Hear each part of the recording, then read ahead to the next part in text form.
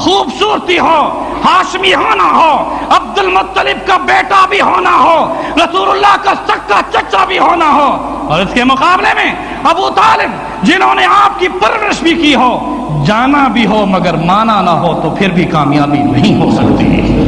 سن لو اس بات کو کان کھول کر کہ میرا رب کیا ہے؟ اس کا نام صمد ہے۔ اس کا نام کیا ہے؟ صمد ہے۔ صمد کا معنی بے نیاز ہے۔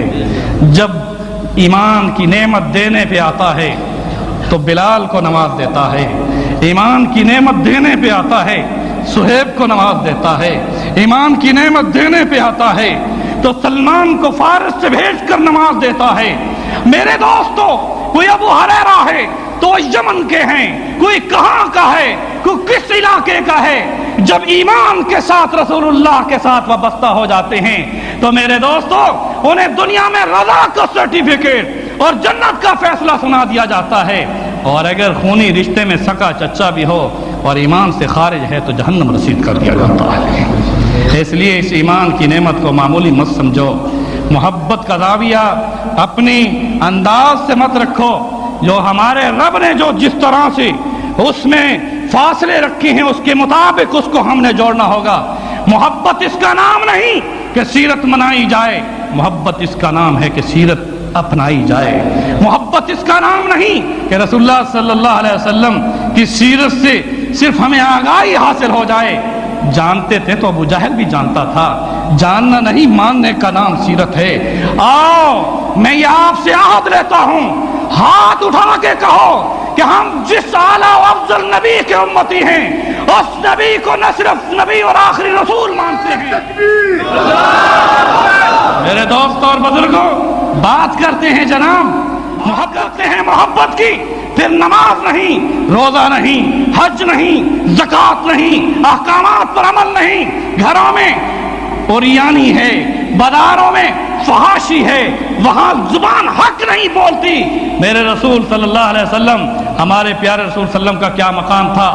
سنو، کان کھول کر سنو کہ اللہ نے فرمایا ہے نبی کھڑے ہو جاؤ، مقابلہ کرو، اگر تمہارے ساتھ کوئی بھی نہ ہو پھر بھی تم مکلف ہو کہ اکیلے ہو کر بھی اللہ کے دین کے لیے لڑ جاؤ۔ تو اللہ اکبر، قرآن کی آیت کا ترجمہ پیش کر رہا ہوں، رسول اٹھو اور کفر سے ٹکرا جاؤ، تمہارے ساتھ اگر کوئی بھی نہ ہو پھر بھی تم پر اس بات کے لیے مکلف کر دیا گیا ہے کہ دین حق کی سربلندی کے لیے اپنے پیغام کو پہنچا دو۔ میرے دوست اور بزرگوں، میں کیسے سیرت کی جھلکیاں پیش کروں؟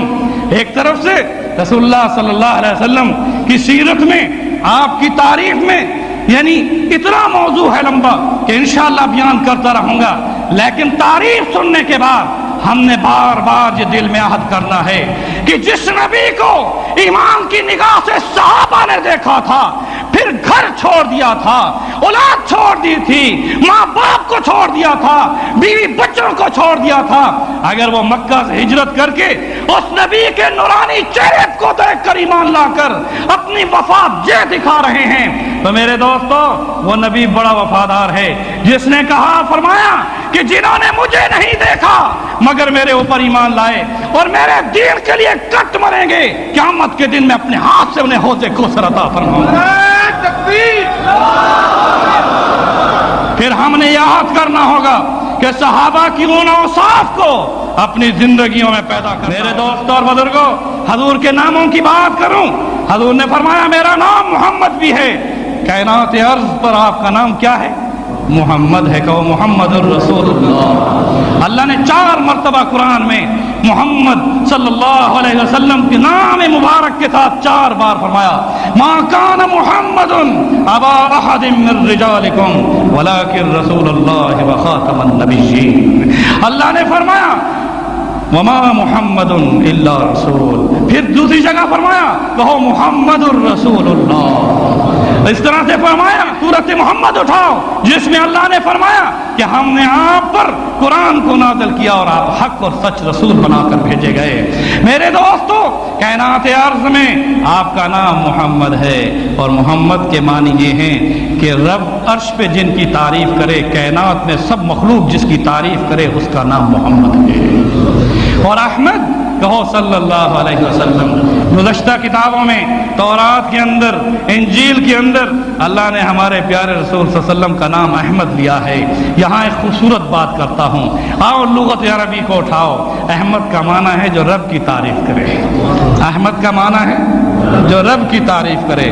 محمد کا معنی ہے رب جس کی تعریف کرے۔ کیا مقابلہ ہے؟ میں مقابلہ نہیں کرتا، خوبصورتی دیتا ہوں۔ جب روح اقدس کو پیدا فرمایا اس وقت سے آسمانوں پر اللہ کی تعریف کی، اس لیے جب تک بعثت نہیں ہوئی احمد کے نام سے پکارے گئے۔ حضرت عیسیٰ نے اپنی قوم کو یہ رسول آنے والے ہیں، ان کا نام کیا ہوگا؟ احمد ہوگا۔ یہی وجہ ہے جب ولادت بھی فرمائی، میں کیسے سیرت کی جھلکیاں پیش کروں؟ آمنہ سے پوچھو، حلیمہ سے پوچھو کہ بچہ پیدا ہوا کیسے پیدا ہوا؟ صرف نور دیکھا ضرور نور دیکھا، اور کیا دیکھا؟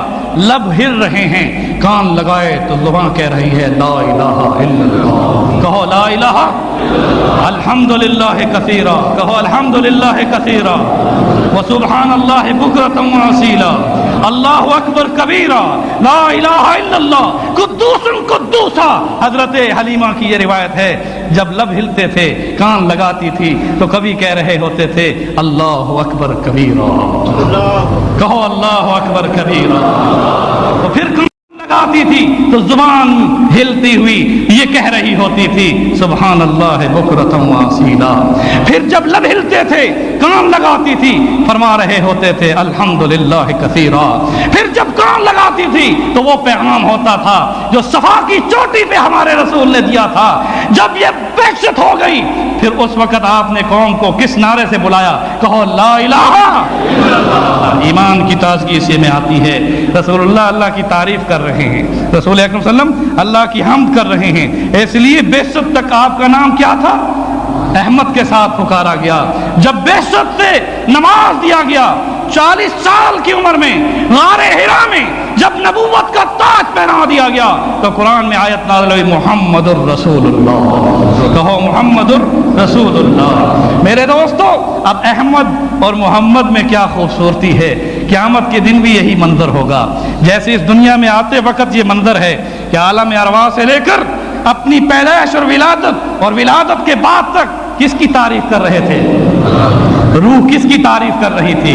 ولادت ہوئی تو اس وقت یہ زبان ابا نہیں کہہ رہی تھی، اماں نہیں کہہ رہی تھی، بلکہ فرمایا علم یجد کا یتیمن فآوا، ہم نے یتیم پایا، ہم نے ہی پرورش فرمائی۔ مغالطے میں مت آؤ، دھوکے میں مت آؤ کہ کسی نے پرورش کی ہے۔ ضرور جو ہے ولایت ابو طالب کو حاصل ہے کہ انہوں نے حضور اکرم صلی اللہ علیہ وسلم کی پرورش کی ذمہ داری اٹھائی تھی، مگر رب فرماتے ہیں کہ ہم نے یتیم پیدا کیا اور ہم ہی نے آپ کی پرورش کی ہے۔ کس نے پرورش کی ہے؟ میرے دوستو، بات کھولوں تو آگے چلی جائے گی۔ آؤ میں کیسے بتاؤں، کیا پیارا منظر ہے۔ رسول اکرم صلی اللہ علیہ وسلم قیامت کے دن جب کھڑے ہوں گے، آپ نے فرمایا نا حاشر، میں سب سے پہلے اٹھایا جاؤں گا، سب سے پہلے اٹھایا جاؤں گا۔ اب نام آپ کا کیا ہے؟ بولو حاشر۔ آپ کا نام مبارک کیا ہے؟ حاشر۔ سب سے پہلے اٹھایا جاؤں گا، سب سے پہلے مجھے اور حضرت ابراہیم کو جنت کا بہشتی حلہ پہنایا جائے گا، جبہ پہنایا جائے گا میرے دوستو، اور سب سے پہلے میں اللہ کے سامنے جھک جاؤں گا اور وہ حمد و ثنا کروں گا کہ اپنے آپ کو احمد شمار کرا دوں گا۔ احمد کا معنی کیا ہے؟ بولو، پھر پوچھتا ہوں۔ جو رب کی فرمایا ایسی تعریف کروں گا کہ کائنات ارض میں کسی نبی نے بھی ایسی تعریف نہیں کی ہوگی، کسی زبان سے ایسی تعریف نہیں ہوگی۔ اور جب سجدہ کریں گے تو 1 ہفتے کا سجدہ ہوگا۔ کتنا سجدہ ہوگا؟ 1 ہفتے کا سجدہ ہوگا، اور اس میں رب کی تعریف ہوگی اور احمد بن کر سجدہ کر رہے ہوں گے۔ تو رب جب تعریف اپنی سنیں گے اپنے پیارے رسول اور بندے کی زبان سے تو فرمائیں گے ارفع راسک یا محمد، اب تک تو احمد تھا، اب تیری تعریف رب کرتا ہے، سر اٹھا جو مانگ عطا کر دیا جائے گا۔ کیا بتاؤں آپ کو، احمد بن کر سجدہ کیا، اور جب پکارا جائے گا کہ سر اٹھا، حدیث اٹھاؤ، بخاری اٹھاؤ، مسلم اٹھاؤ، ترمذی اٹھاؤ، ارفع راسک یا محمد، اے محمد سر اٹھاؤ، سل تؤتی، جو سوال کرو گے دے دیا جائے گا، اشفا، شفاعت کرو قبول ہے۔ میرے دوستو، رسول اکرم صلی اللہ علیہ وسلم نے فرمایا مجھے آدھی امت کی شفاعت کا حق دیا گیا کہ چاہیں تو آپ کی قیامت تک کی آدھی امت کو آپ کے کہنے پر جنت بھیج دوں، لیکن میں نے اس مغفرت کو قبول نہیں کیا، حق کے شفاعت کو قبول کیا۔ اور میرے سجدے میں جب رب مجھ سے کہے گا سر اٹھا اے محمد، کہو صلی اللہ علیہ وسلم، اب جو مانگ دیا جائے گا، تو میں اس وقت امت کے گناہ گاروں کے لیے جنت مانگوں گا۔ فرمایا میری شفاعت امت کے گناہ گاروں کے لیے ہوگی، امت کے گناہ گار ہم یہ بات سن لیں، ہمارے رسول صلی اللہ علیہ وسلم کتنی وفا فرما رہے ہیں، کتنی وفا فرما رہے ہیں کہ سر اٹھائیں گے تو دروغہ جہنم جس کا نام مالک ہے اس سے کہیں گے کہ گناہوں کی پاداش میں میرے امتی کتنے اس میں داخل ہو چکے ہیں، جنہوں نے شرک نہیں کیا، چاہے زنا کیا ہے، شراب پی ہے اور گناہ کیے ہیں، مجھے میرے رب کی طرف سے پروانہ ملا ہے کہ امت کے گناہ گاروں کو جنت میں پہنچا دوں۔ میرے دوستوں اور بزرگوں، اب بات یہاں تقابل کی لانی ہوگی کہ جو رسول اور نبی اس قدر وفا رکھتا ہو اپنے سینے میں، اپنے دل میں، اپنی امت کا یہ غم ہو کہ غم سے ہر وقت اس قدر غمگین رہتے تھے کہ اللہ کو یہ کہنا پڑا کہ اے میرے پیارے رسول اور حبیب، اتنا غم مت کھاؤ کہ اپنے آپ اپنی آپ کو ہلاکت میں نہ ڈال لو۔ کیوں کتنا غم ہوتا تھا، قیام میں کھڑے ہیں تو پاؤں مبارک پہ برم آ جاتا ہے، ٹانگیں کھڑی حالت میں قرآن پڑھ رہی ہیں، زبان سے تلاوت ہو رہی ہے، سورت بقرہ پڑھی، سورت آل عمران پڑھی، سورت نساء پڑھی، بتاؤ کتنے سپاروں کی ایک رکعت میں یہ ایک قیام ہے، اس میں آنکھوں سے آنسو بہ رہے ہیں اور صرف ایک تمنا ہے کہ میرا رب میری امت کی مغفرت فرما دے۔ آج ہم نے اس نبی کو بھلا دیا۔ میرے دوستو، رسول اللہ کی سیرت کو کیا سنتے ہو؟ اگر تمہیں سیرت نبوی سے محبت ہے تو پھر چہروں پر سنت نبوی کا نور لاؤ۔ اگر تم سیرت سے محبت کرتے ہو تو پھر جو پیغام لے کر رسول اکرم صلی اللہ علیہ وسلم لائے تھے وہ توحید کا پیغام تھا، وہ شرک کے بتوں کو توڑنا تھا۔ اس میں یہ فرما دیا گیا تھا کہ تم لات سے مدد مانگتے ہو، منات سے مدد مانگتے ہو، عزا سے مدد مانگتے ہو، بتاؤ مدد کون کرنے والا ہے؟ تلوار کے سائے میں رسول اللہ نے فیصلہ دیا تھا، تلوار کے سائے میں رسول اللہ نے فیصلہ دیا تھا۔ میں بڑے دعوے کے ساتھ کہہ رہا ہوں، ایک کافر تلوار لے کر آیا، حضور سوئے ہوئے تھے، جو ہی آنکھ کھلی کافر کے ہاتھ میں تلوار ہے، وہ کہتا ہے اب آپ اکیلے ہیں، میرے ہاتھ میں تلوار ہے، میں آپ کے سر کو قلم کر دوں گا، کون مجھ سے تجھے بچائے گا؟ میرے دوستو، رسول اللہ نے اس وقت اپنی زبان سے وہ نعرہ لگایا جو یہ بتا دیا کہ بچانے والا کون ہے۔ کہو اللہ، زور سے کہو اللہ۔ بس اللہ کہنا تھا کہ اس کافر کے ہاتھ سے تلوار گر گئی۔ پھر حضور نے اپنے ہاتھ میں لی، فرمایا اب بتا تجھے کون مجھ سے بچا سکتا ہے؟ لات بچائے گا، منات بچائے گا؟ نہیں، اس رب کے نام سے تجھے چھوڑتا ہوں، مہلت دیتا ہوں، اس ایک کو مان جا، مجھے رسول مان جا۔ میرے دوستوں اور بزرگوں، میں کیسے بتاؤں؟ حضور نے تلوار کے سائے میں یہ فرما دیا تھا کہ مدد کس سے مانگی جائے؟ اللہ سے مانگی جائے۔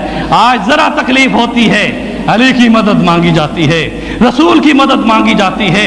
یہ رسول اللہ صلی اللہ علیہ وسلم نے فرمایا ہم اپنی طرف سے محبت میں اضافہ اتنا نہ کریں کہ جس میں رسول اللہ صلی اللہ علیہ وسلم کے قول میں تضاد آ جائے۔ آپ نے فرمایا وَإِذَا اسْتَعَنْتَ فَاسْتَعِنْ بِاللَّهِ، جب تم مدد مانگو تو کس سے مانگو؟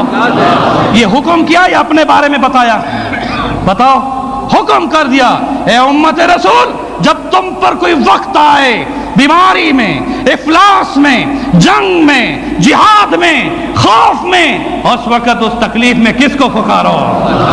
اَمَّن يُجِيبُ الْمُضْطَرَّ إِذَا دَعَاهُ، اس مصیبت میں جب تم اسے پکارتے ہو تو وہی مدد کرتا ہے۔ کون مدد کرتا ہے؟ سیرت سنو، سیرت اپناؤ، توبہ کرو شرک سے، وگرنہ میرے دوستو محبت میں ابو طالب نے آپ سے زیادہ بلکہ کون کتنی محبت رکھتا ہوگا جس نے 3 سال جیل کاٹی، جس نے ہر طرح سے اپنے آپ کو پیش کیا، مگر ایمان ایک ایسی حد ہے، فرمایا جس کا عقیدہ صحیح توحید پر نہیں ہوگا اس پر جنت کو حرام کر دیا ہے۔ اور یہ سن لو کہ اگر مومن بننا ہے تو یہ اعلان کرنا ہوگا کہ سجدہ کس کے لیے ہے، رکوع کس کے لیے ہے، مدد کس سے مانگیں گے، اس طرح استعانت کس سے مانگیں گے، قربانی کس کے نام سے کریں گے؟ اللہ کے نام کی قربانی ہوگی۔ وما اہل بہ لغیر اللہ، اگر اس رب کے نام کے علاوہ کسی اور کا نام لے کر تم قربانی کرو گے تو وہ قربانی بھی خنزیر کی طرح سے حرام کر دی گئی۔ کیوں؟ وَلَحْمَ الْخِنْزِيرَ وَمَا أُهِلَّ بِهِ لِغَيْرِ اللَّهِ، آیت کو دیکھو جہاں فرمائے اللہ تعالیٰ نے تمہارے اوپر حرام کر دیا، حرم علیکم المیتۃ والدم ولحم الخنزیر وما أُهِلَّ بِهِ لِغَيْرِ اللَّهِ، اللہ نے تمہارے اوپر مردے کو، خون کو، اس کے علاوہ لحم خنزیر کو، اور جو اللہ کے نام کے علاوہ تم ذبیحہ کرو گے اس کو تمہارے اوپر حرام کر دیا ہے۔ جنات کے نام پر، بھوت کے نام پر، یہ جادوگر لوگ جو تم سے بکرے ذبح کرواتے ہیں یا مرغے ذبح کرواتے ہیں، میرے دوستو ایک تو پہلے مصیبت میں ایک آدمی پھنسا ہوا بیماری میں ہے یا کسی نے اس پر جادو کیا ہے تو جسمانی طور پر تو ویسے بھی وہ ختم ہو گیا، اب اس طرح سے اپنا علاج اگر وہ شرک کی بنیاد پر کرائے گا، پہلے جسم گیا پھر ایمان ٹوٹا، دنیا میں بھی خسارہ اور آخرت میں بھی جہنم۔ اس لیے ایسے علاج سے بچو کہ جس میں شرک آئے، توحید پر کاربند ہو جاؤ تو اللہ اکبر۔ یہ کس کا ارشاد ہے؟ یہ حضور نے فرمایا کہ میرے ہاتھ میں اس بات کی تم بیعت کر لو کہ اس رب کے ساتھ کسی کو شریک نہ ٹھہراؤ، میرا رب کا وعدہ ہے کہ تمہیں جنت عطا فرمائے گا۔ آپ نے فرمایا اے معاذ اگر تجھے جلا بھی دیا جائے، اے معاذ اگر تجھے قتل بھی کر دیا جائے، اے معاذ تجھے اگر سولی پر لٹکا دیا جائے، اے معاذ تیرے جسم کے ٹکڑے کر دیے جائیں، پھر بھی توحید میں شرک کا مت لانا، کہو لا الہ الا اللہ۔ یہ کوئی معمولی بات ہے؟ ایمان کو اس چند باتوں میں ختم کر دیا جاتا ہے۔ نماز، روزہ، حج، زکوٰۃ، اعمال جتنے ہیں، اگر شرک کرو گے میرے دوستو، شرک کرنے سے سارے اعمال ضائع ہو جاتے ہیں، اور رب نے یہ فیصلہ دیا ہے ان اللہ لا یغفر ان یشرک بہ ویغفر ما دون ذلک لمن یشاء۔ گناہوں کے انبار لے کر آؤ، میں بڑا رحیم ہوں، رؤوف ہوں، معاف کرنے والا ہوں، نبی کی شفاعت کے ساتھ معاف کروں گا، شہداء کی شفاعت کے ساتھ معاف کروں گا، حافظ کی شفاعت کے ساتھ معاف کروں گا، عالم کی شفاعت کے ساتھ معاف کروں گا، حتیٰ کہ آخری فیصلہ یہ دے دیا جائے گا اگر کسی نے کسی بھوکے کو کھانا کھلایا ہے، اسے کہا جائے گا اس روز محشر میں ڈھونڈ اس شخص کو جس نے تجھے پانی پلایا تھا، جس نے تجھے کپڑا پہنایا تھا، جس نے تجھے روٹی دی تھی، آج میرے پاس لے آ، میں اسے جنت میں جگہ عطا کرتا ہوں۔ لیکن